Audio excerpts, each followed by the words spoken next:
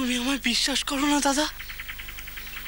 আরে বাবা, তোকে বিশ্বাস করা আর তোর পথকে বিশ্বাস করা এক নয়। তুই তো এলো পাতারে ছুটছিস। কি করব বলো, আমার চাওয়াটাও যে প্রবল, একটা ভেতর তোলপাড় করা আকুতি। তবে তোর তাল তুই ছাড়া কেউ পায়? এই তুই কেঁদে কেটে হত্যে দিচ্ছিস, এই তুই হঠযোগ করছিস, এই আবার তুই হনুমান মধ্যে 4 পায়ে হাঁটছিস। আমি এমনই, আমি আমার ধারা।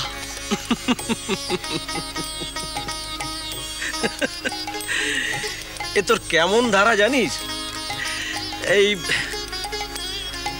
ধর, ওই যে ওই দূরে ডাঙা, হ্যাঁ, ওখানে তোকে পৌঁছতে হবে। তার জন্য পাকা সড়ক আছে, পথ চেনাবার দাগও আছে। তুই কিন্তু ওই পথে যাবি না, একেবারে নাগ বরাবর দৌড়বি। খানা খন্দ রেব্রো খেব্রো কাটা ঝোপ ঝাড় পেরিয়ে মারিয়ে একেবারে দৌড়বি। হাত পা কেটে ছিঁড়ে রক্তারক্তি ঘটিয়ে তারপর থাম। ঠিক ধরেছ। কিন্তু অন্য লোকেও যাবে, ধীরে সুস্থে নিশ্চিন্তে ওই পাকা পথ ধরে। হয়তো যাবে, কিন্তু এ তো তোর লাভটা কি? আমি আগে পৌঁছলুম, অন্য লোক পৌঁছতে পৌঁছতে আমি ফিরে আবার অন্য ডাঙার দিকে চললুম। জয় রঘুবীর, জয় হনুমান, জয় রঘুবীর, জয় রঘুবীর, জয় হনুমান, জয় রঘুবীর, জয় হনুমান।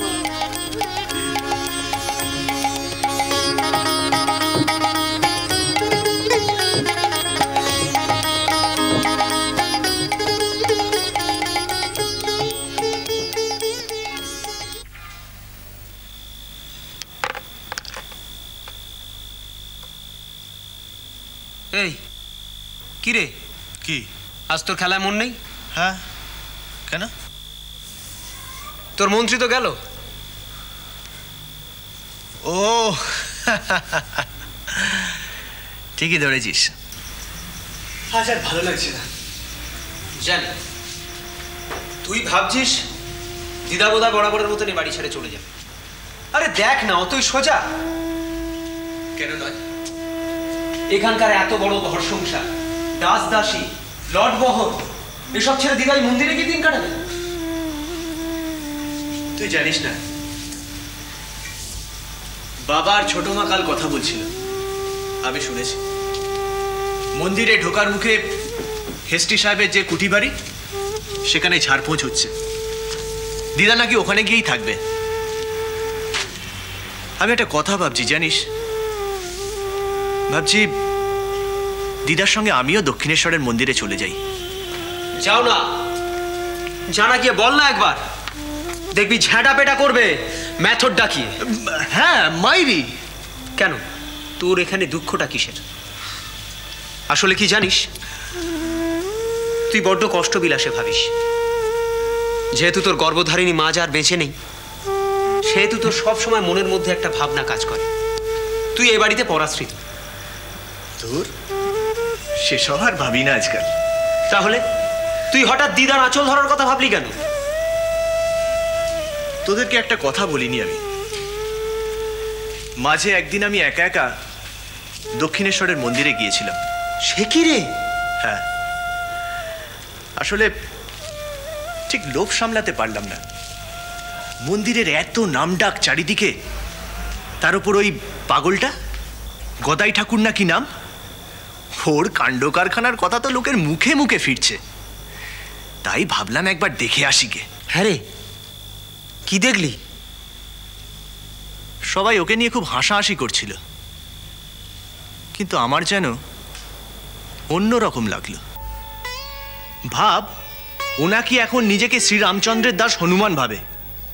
সেই জন্য কি করে বলতো? 4 পায়ে হাঁটে, লাপিয়ে লাপিয়ে চলে হনুমানের মতো উল্লম্ফনে, খোসা না ছাড়িয়ে ফল খায় আর গাছে উঠে বসে থাকে। জানিস, কথাগুলো না আমিও শুনেছি। সে যাকে তুই আলাপ করলি? হ্যাঁ, তবে ঠিক আলাপ করব বলে তো যাইনি, কিন্তু সামনে আসতেই কিরকম যেন হয়ে গেলাম। মন্ত্রচালিতের মতো ঢিপ করে একটা প্রণাম করে ফেললাম। তারপর ও কোত্থেকে একটা গজা নিয়ে এসে আমাকে খেতে দিল। তারপর তারপর তারপর আর কি, জানতেও চাইলো না আমি কে, কোত্থেকে আসছি, কি আমার পরিচয়। আমাকে বলল ভবতারিণী মায়ের ঘরে গিয়ে প্রণাম করতে। হ্যাঁ রে, তুই গেলি? হ্যাঁ, মন্দির তখন ফাঁকা ছিল। মায়ের ঘরে গিয়ে প্রণামও করলাম, কিন্তু বেশিক্ষণ থাকতে পারলাম না। কেন? কিরকম যেন গা ছমছম করছিল। কথাটা সত্যি জানিস তো? সবাই যে বলে দক্ষিণেশ্বরের জাগ্রত কালী, মন্দিরের ভেতরে ঢুকলেই সেটা বোঝা যায়। মাতৃমূর্তির চোখের দিকে বেশিক্ষণ তাকিয়ে থাকা যায় না, বিশেষ করে মনের মধ্যে যদি কোনো অবিশ্বাস থাকে। তোর কি তাই ছিল? সেসব কিছু বলতে পারবো না, তবে এটা ঠিক, নিজেকে নিবেদন করতে তো মন্দিরে যাইনি, বা কোনো রকম অসহায় বোধ থেকে মায়ের কাছ থেকে কিছু চাইতেও যাইনি। সুতরাং আত্মসমর্পণের কোনো প্রশ্নই ছিল না। ছিল একটা জিজ্ঞাসা, একটা কৌতূহল, হয়তোবা কিছুটা প্রচ্ছন্ন অবিশ্বাস। তাই শোন, তোকে একটা কথা বলি ভাই, দেশের যে হালচাল, তাতে করে এই মন্দির কতদূর টিকবে বলা খুব মুশকিল। তা যতই সেখানে মা জাগ্রত হন আর দিদার গদাই ঠাকুর মা ভবতারিণীকে মন্দিরের চাতালে দৌড় করাক। কি বলছিস তুই? ওসব কাল গল্প দিয়ে আর কি শেষ রক্ষা হবে? কিসের বিপদ? ভিলেতের পার্লামেন্টে কি খবর হয়েছে শুনিসনি? আমাদের এদেশের সবাইকে নিয়ে খ্রিস্ট ধর্ম নিতে হবে। তাই আবার কখনো হয় নাকি? সবাইকে ম্লেচ্ছ হয়ে যেতে হবে? তা হয়তো হবে না, কিন্তু এটা জোয়ার তো বইবে। এমনিতেই আমি আমার বন্ধুদের সঙ্গে কথা বলে দেখেছি, হিন্দু ধর্মের এত আচার অনুষ্ঠান, রীতিনীতি, বেদ বেদান্ত উপনিষদ, এত সব ভজঘট, এসব এদের কারো পছন্দ নয়। আর সেই সুযোগটাই তো ওই সাহেব সুবরা নিতে চাইছে। লোভ টোপ যাই বল ফেলছেও দেদার। কি বলছে? ইংরেজি ধর্ম বোঝো, সরকারি চাকরি পাবে, খ্রিস্টান হতে হবে, সরকারি নেক নজর পাবে। তাই যদি বলিস, তাহলে আমি বলবো আমাদের সবার ওই দক্ষিণেশ্বরের মায়ের মন্দিরের দিকে ফিরে তাকানো দরকার। কেন হঠাৎ এ কথা? পুরো একবেলা আমি মন্দিরে ছিলাম। গঙ্গার পাড় ধরে ওরকম শান্ত সমাহিত জায়গা, তার একটা স্থান মাহাত্ম্য তো আছেই। মনের সব সব চাঞ্চল্য নিঃশেষে উবে গিয়ে একটা অদ্ভুত স্থিরতা আসে মন্দিরের চাতালে পা রাখলেই। তাছাড়া আর একটা বিশেষত্ব, পাণ্ডাদের দৌরাত্ম্য নেই, পুরোহিতের করা শাসন নেই, স্তোত্র মন্ত্র ঢাকঢোলের অত্যাচার নেই, কিন্তু একটা ভগবত প্রবাহ আছে। আর আছে বলেই আমি আমার সন্দিগ্ধ মন নিয়ে অস্বস্তিতে পড়েছিলাম। সে কি ভূপাল চন্দ্র, তুমিও? তা নয় রে। তবে